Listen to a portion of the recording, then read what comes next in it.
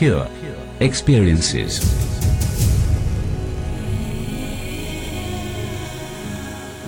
Welcome to the Pure Experiences Podcasts.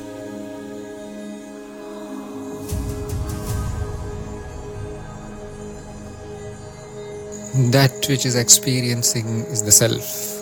That which is experienced is also the self. That which is taken as a separate, independent part of the experience of experiencing is the ego, the separate self. It arises because of a need of survival of this organism. It is a mental process that is an outcome of modeling of the organism in the mind, a self-referential structure in the memory. This helps in survival. This helps in feeding and defending this one, this form. All the actions are then attached to this model. All the perceptions are then attached to this model. All the mental events, thoughts, feelings, emotions, imaginations, fear, anger, love, knowledge, curiosity, realization is then attached to this model of the self. It is expressed by the word I, aham. Probably this is the most uttered word in this universe. The doer arises out of a doing. The experience comes first, and the doer is fabricated in the mind by this ego creation process. So far so good. It does not raise any kinds of problems. Actually, it is very helpful. Without the I, without the ego, the organism is not going to survive well. The life will be very simple, just like a tree, a plant, a worm, a fish, just automated forms. As the life evolves, this model of the self also evolves. And we see this most developed in human form. There is only one problem, that since this is so useful and so strong, it becomes a reality for an ordinary human, the reality of the I. It is seen as an entity that exists independently, the truth that is, and not as something that is made up by the mind. This ignorance is perpetuated by the society, by the parents, by friends and other people, because there is a you also. That organism, that body-mind is the you, and the mind creates a model of the you also, the other, another person. And all the actions of that body-mind are then attached to the other. Probably the self-model arises out of this conceptualization of other, as there are others responsible for their actions, their speech, their thoughts. Similarly, there is I, responsible for the actions, thoughts and speech happening here, very near. So there is a mutual reinforcement of the ego. That is how we function in a group. That is how the society is constructed. Without the concepts of the I and you, an individual, there is no society. Society is a group, is a set of individuals. Out of societies, small tribes, families, big nations, etc. They evolve. And now this has become so solid, crystallized, that it becomes almost impossible to see through this illusion of the self, the separate self, the ego. When things are seen as they are without this wheel of concepts and mental structures, the colored glasses of the mind, of the ideas, of the mechanisms, mental processes, social norms. When these things are seen without these, the first thing that happens is disappearance of the I. The ego disappears because it's not there, or it is there in the form of a concept, an idea. When things are seen as they are, It is not found. It is not that it was there and now disappeared. No. By disappeared, I mean it is seen as not existing. In the absence of the separate self, the real self is now evident. Now it is unfortunate that it's also called self. It's called Atman. That also points to a self actually, an identity. But the universality of existence pops out. That which is not seen as I, that this is. That which is seen as absence of the separate I. It is very simple. In the spiritual circles, people try to invent all kinds of stuff. The body, the mind, the soul, the spirit, who knows what. It's not there. There is whole. It appears in these illusory forms. And the forms are constructed in the mind as concepts, as knowledge. That's what we call as worldly knowledge. It helps to act in the world, act in this illusion. The whole world is constructed like this, not only these. The processes in the mind are tremendously complicated. You can get hold of the essence, that is enough. You don't need to analyze each and every process. There is a beauty in this mental creation. There is a structure in it. It is based on laws, which we have discussed so many times now. These are all concepts. That which is seen as absence of concepts, that's all. Since mind thinks that concepts are what exists, that which is seen as an absence, and therefore the word emptiness is very suitable word. It does not mean nothingness. It does not mean non-existence. It is actually very difficult to put it into words. So the closest that I came to this concept is the ground of everything. The empty, ethereal space of everything, not the physical space. The timeless, eternal, pure, free from any blemishes. I am that. This body-mind complex, which likes to call itself as I, is not. This is the essence of any spiritual path. To realize this, to see this right now, right here, is enlightenment. Now I come to the topic, which is letting go of the ego. It is beautiful up to this point. It is liberating. So much freedom here. This is samadhi. Unfortunately, it will last only for a few seconds. The ego is back instantly. The world is back, the mind is back. And the person, which is again a fiction, starts acting as a person, as an individual immediately. For an ordinary seeker, it seems almost impossible to let go of this idea of I, the separate entity.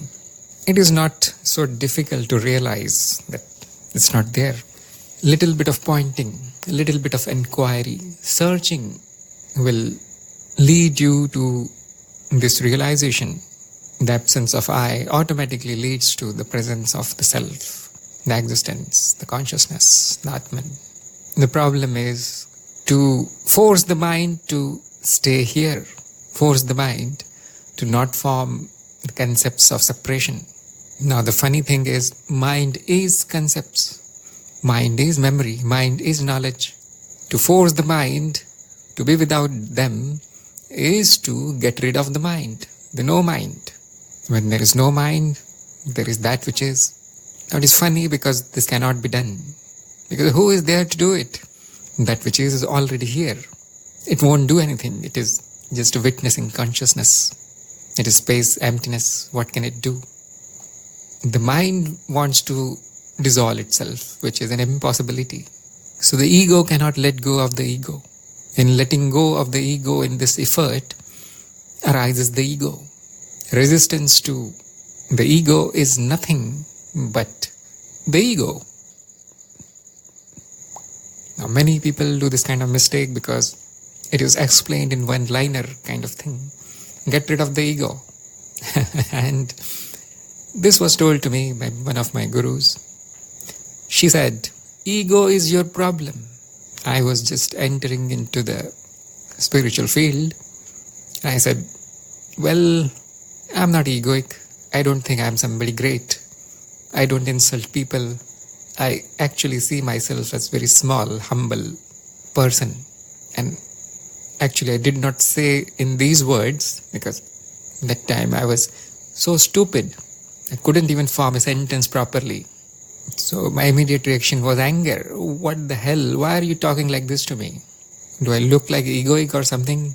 Because that is the normal, ordinary understanding of this word.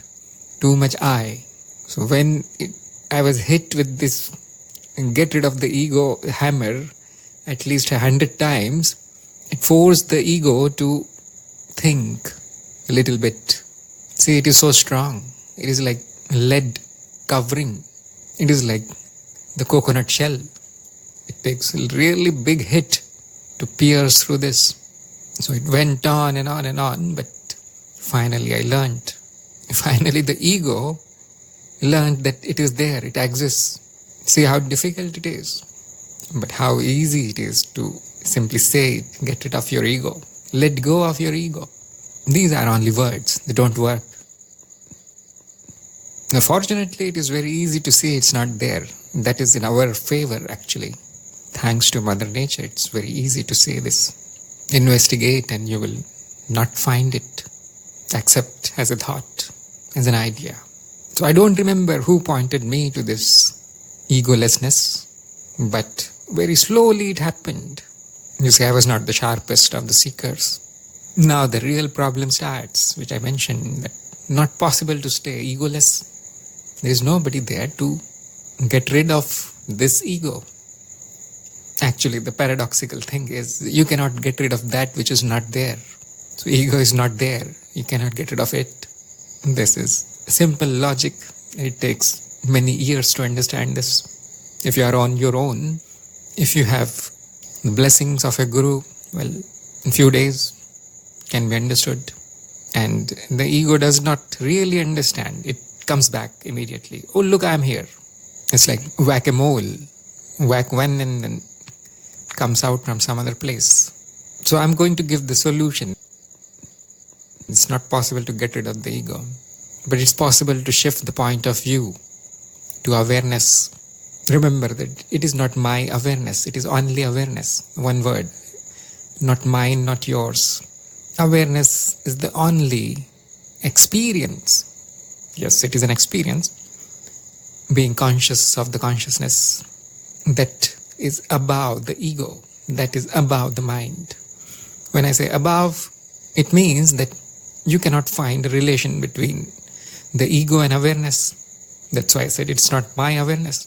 Nobody actually owns this awareness.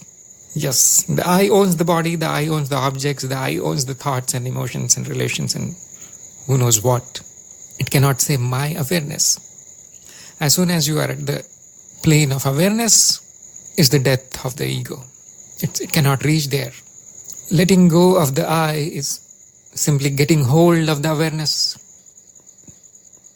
Can you see? It is easy now. At the level of the mind, it's an impossibility. Where are you going to keep the mind if you get rid of it? Isn't it death? Can there be a mind without a person? Can there be a person without a mind? At that level, it's not possible.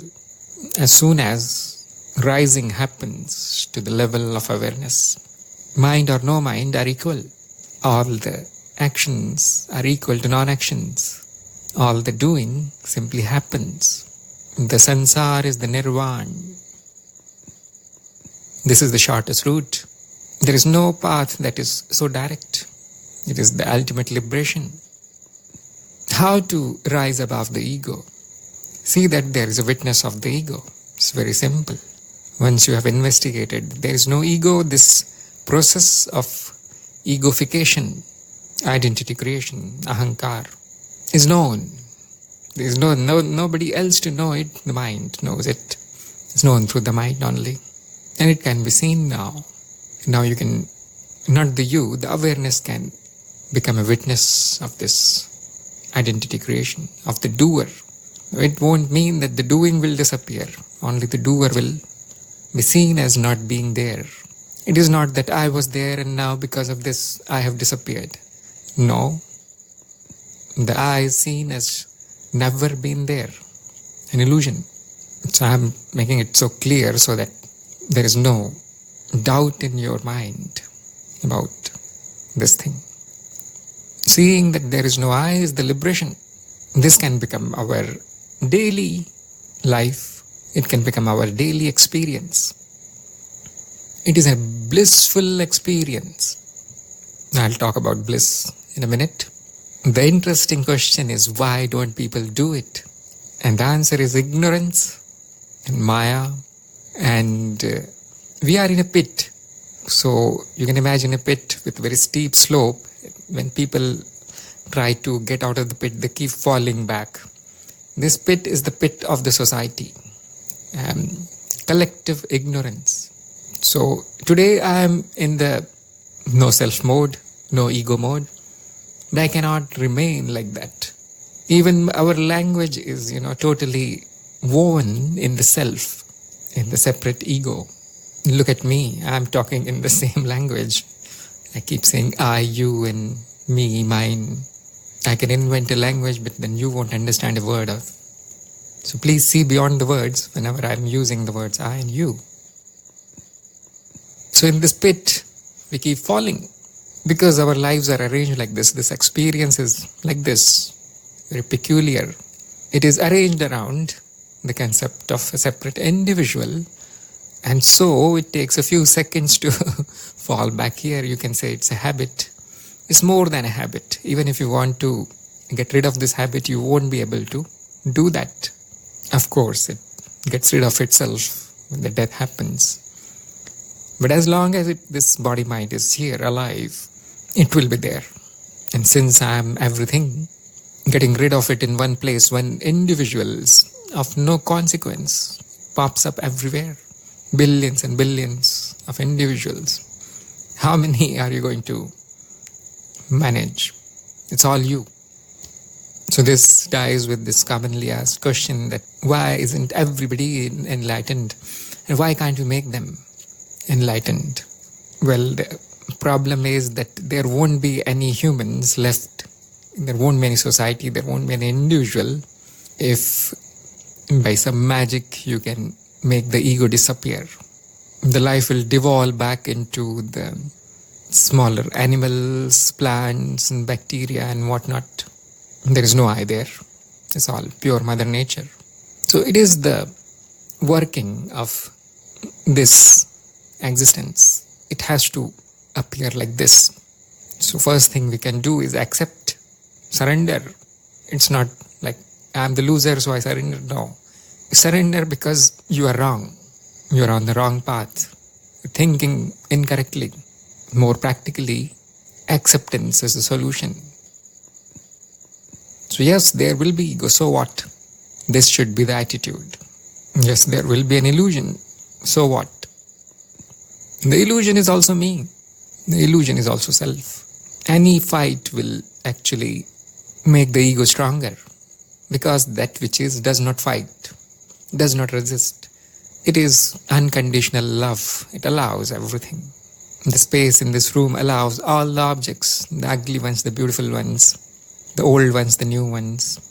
It does not say no, because it knows it's not affected by presence of the objects. It is what it is. The objects, they come and go. So no amount of fighting and resistance is going to destroy the ego, the separate self. This is a wrong path. Acceptance, surrender. Once you have done that, establish the awareness, that is the only way to rise above the ego. There are three kinds of people. As I was saying, why is everybody not enlightened? Why can't they see the absence of the ego? And because of this pit of society, ordinary people tend to remain in darkness. It's like they keep falling because it's impossible to exist in any other way. So the reality of the ego is given reality. It has to be accepted. Where else are you going to live a human life? In the ego and society, of course. And the second reason is, when pointed out that, look, there is no I. And it is said like this, there is no you. And this has a very bad effect on the ego because it is afraid of death. It is afraid of disappearance. Although there is no death, no disappearance, but an ordinary mind cannot conceive of these things. So there is a great resistance to this idea. If you tell them like this, there is no you. If you try to find you, you won't find the you. You won't find the I. You won't find yourself. And that is terrifying for the people, especially those who are brought up in the materialistic or some kind of religious societies where the culture has tremendous amount of resistance to anything spiritual. So they don't even investigate. And you can see that most of the people are like this. A few, let us say 100 people in a million investigate. Out of those 100, 10 actually see that there is no ego. And they are back in the pit. They fall back. The rest of the 90, they cannot see it. Out of these 10, 1 actually rises above the ego. 1 in a million. I'm just giving an example. It can be 1 in a 10 million. Who knows? It's very rare. Those who investigate and find that there is no ego will adopt it very quickly. Because they see I cannot function, you see. So, since that which is happening is the reality for many, the ego is a reality. 1 in a million or 10 million will actually get this and reap the fruits of letting go of the ego. Now, this is the answer to this question, why is everybody not truth-loving? Why do they prefer ignorance? And so on. Well, it is in the fabric of the Maya to be like this. Otherwise, there won't be any Maya. So that's why I say it's grace. It's pure grace. You can say it's a very fortunate accident that somebody finds it a reasonable way of living, letting go of the ego. What happens when you let go of the ego like this? When the I is not interfering every second, what happens? Well, just like I said, bliss. It is very blissful. There are 2 ways to attain the bliss. First is by doing. It may sound kind of paradoxical, but yes, that is right. You heard it right. Second is the direct way, by realizing there is no such thing as a person. When I say by doing, it is a doing that is pure. When a singer is singing, the I is not singing. Singing is happening. For the singer, it is very blissful experience because I am not there. And through the singing, the art, it is transferred to the listener also. Extremely blissful. The music that you love is very blissful. It will raise the hair on your body. There will be shivers in your body. It is so blissful. Nothing compares to this bliss. It is not kind of happiness or pleasure. It is very fine. Yes, it is, you can say it is a pleasure, but it is not sensual bodily pleasure. It is something deep that happens. The music will instantly put you in the no-mind mode, non-egoic mode. If you keep thinking, look, this is not correct, that I don't like this song, I don't like the words, and I hate this person because he belongs to this country, then probably nothing will happen because I is so strong here. So a music lover ignores everything else except the pure voice, pure sound of music. That gives you the bliss. When a painter is painting, the eye is not there. The painting is happening. The imagination is moving, the hands of the painter. The skill is so perfect that it generates a lot of bliss. One stroke and it's a tree. One stroke and it's a bird. And that creative process produces tremendous amount of bliss. Now the eye comes later, look how nicely I painted. Or I'm a great singer. That is a different thing, you see. That is the pit that I'm talking about. Anybody will fall down in the pit of ego. I mean, while this doing is happening without the doer, extreme bliss. So you can take more examples like this, the sportsman or the rock climber, the mountaineer, so on. The engineer busy with the machine, the scientist busy with the mathematics. Extremely blissful. Is there an I when there is a bliss? This is the homework for you. And you will find that obviously there is no ego when the state of mind is so happy. In other ways, direct realization. And that is the way of a yogi or a jnani. Do whatever you want. Let the body mind do whatever it does, but realize that it is being done. There is no I there that is doing. If the I thought comes, let it come, because that is also happening. No, I am doing, and then realize, yes, this should happen. Accept, don't fight with it. Let it happen. This is a meta kind of attitude. Don't worry that, oh, I'm again in the I pit. Well, that is I which is thinking. Look at that.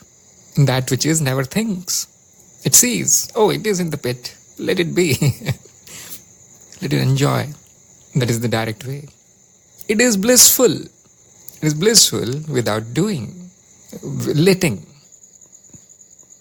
Now, I'll suggest a little bit of experiment that you can try. If you don't believe me, if you think it is not blissful, you should try this experiment. While walking, cooking, cleaning, or eating, do not talk. Simply notice all these things. Simply notice. Don't even think that there is this Atman noticing experience. These are all bullshit, you see. It's useless. The spiritual knowledge is of no use. Just notice.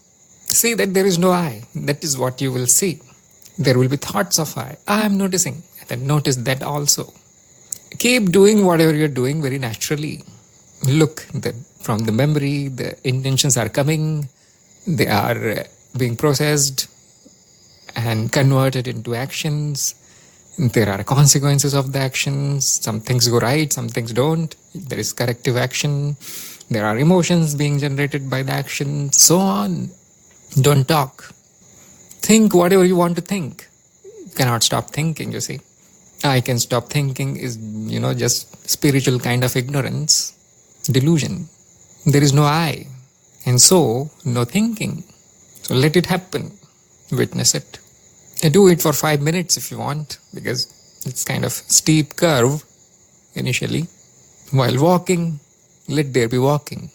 While eating, let there be eating. While cooking, let there be cooking. Notice the state of the mind. You have tasted bliss. It is like walking in air. It is so light. Can you get this by fighting with the ego? By techniques? By forcing? No. You can now experiment with talking also. Talk to people. Let there be talking. I'm not saying talk sweetly. You can say anything you want. Obviously, if there is so much awareness, the words will take their time and only the right speech will happen. You see, there are self-correcting mechanisms in the mind that know what to speak. There is a very, very, very extreme amount of intelligence there. Now it is, not expressed because of the ego. Because the ego is all about survival. So you see somebody you don't like and only the insults will come out of the mouth. Your face, the expression on your face will be disgust. Or you are poor and you see a rich person, the feet-licking behavior will start automatically. That is ego. So experiment while talking also and see what kind of talk comes out. If it is not as per the standards of ethics, don't worry, there is no such thing. All ethics is bullshit. Let it come out and then see that it self-corrects. See that you don't need to think for 1 hour to know the consequences. It is there as soon as the intention to speak is there. The consequence is seen right there. You don't need a PhD to know what is right and wrong. You need only awareness. Do it for 5 minutes, 10 minutes. See that while talking there is bliss. It is not gone. It does not go away. And if you are some kind of hardcore person, then do it in the difficult moments of your life. If there is a pain in the body, when there is extreme tiredness, when you're going through a bad situation, somebody has done something irritating, try to be egoless, try to see it, that it is happening. There is no need to correct anything, because trying to correct is again, I am doing wrong and then I need to change it. The I is there. Let it happen. It will self-correct. That is guaranteed. Probably may not happen in first time, second time. You need to persist. For those who don't get it, the very, very intellectual people, like, what? How do I even do that? That means people like me. So there is a technique, because the I does not stop very easily for them. You can comment on what the body mind is doing. You're walking and there are I thoughts everywhere, they're showering like rain. You comment, this thought is coming, that thought is coming. The feet are moving, people are passing. You're typing, you're looking at the screen, you are just sitting there. Comment on that. The body is sitting. The body got up. Although it is not recommended, but if too much intellect, if the intellect is very strong, this labeling will lead you to noticing. Because before that, you did not even notice. There was so much I. So I don't recommend that you keep doing this all of your life. It is kind of madness. Do it as an experiment. See that it is possible to notice without the I. Once you get a taste of noticing, you should let go of labeling. Otherwise, it's kind of unnatural. Initially, the mind is too strong and it cannot help but comment on what is going on. There will be thoughts. So when there is thought of labeling, then notice it also. And then you will find that it is unnecessary to label anything. The knowledge is enough. This is happening. This is the direct way. You can go through the way of Karma Yogi also. Through action. Do that which you love to do and you will be egoless automatically. Can there be anything more natural than that? To do the work skillfully is yoga. To conduct your life skillfully, beautifully, is to be in the bliss. Now those who practice the bliss in ordinary moments of the life, this will get carried over in the difficult moments of the life. Now there is a category of people who will say, no, my life is too difficult, I don't have time to practice. And look at that ego, it is too strong. How do you get the time to sleep? Is there an ego there? You see, all your problem starts when you wake up. And then I am not implying here that you should not wake up. I am saying that notice the waking up. The I also wakes up with the body and mind. Problems start with the I, not with waking up. So there are people who will say that, you mean, should I keep noticing I should not live my life or I should not solve my problems and all? And you can see the ignorance there. You can do this all while being egoless. You wake up, notice the ego arising. It's very easy to notice it. Initially, it's not there if you pay attention. And the first egoic thought will actually pull you out of the bed. It is so strong. Oh, I need to do this, and then out of the bed. That's why people don't want to wake up on Sundays, because nothing to do. There is freedom there. That's why people like those days when they are not forced to do anything. The non-doing is blissful. There is a freedom there. There is a tiny amount of bliss they experience when it is Sunday. That which you are is infinite bliss. And look what has happened to it. Look how the life has become. This is the disease of the ego. Disease of the separate self, the identity, attachment with the body-mind. There are 100 more words that describe this situation. A yogi is not a magician, you see. He has simply realized this thing. It's a common sense, it's kind of very easy when a child can understand. The life can continue in whatever form it should, only with bliss as the background. Isn't that what everybody wants? We all want happiness. We all want freedom. And the easy way to get it is to let go of the ego.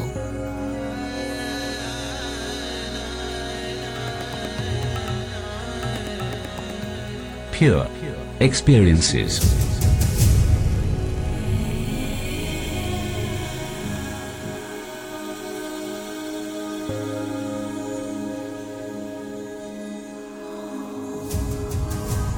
You were listening to Pure Experiences by Tharun Pradhan.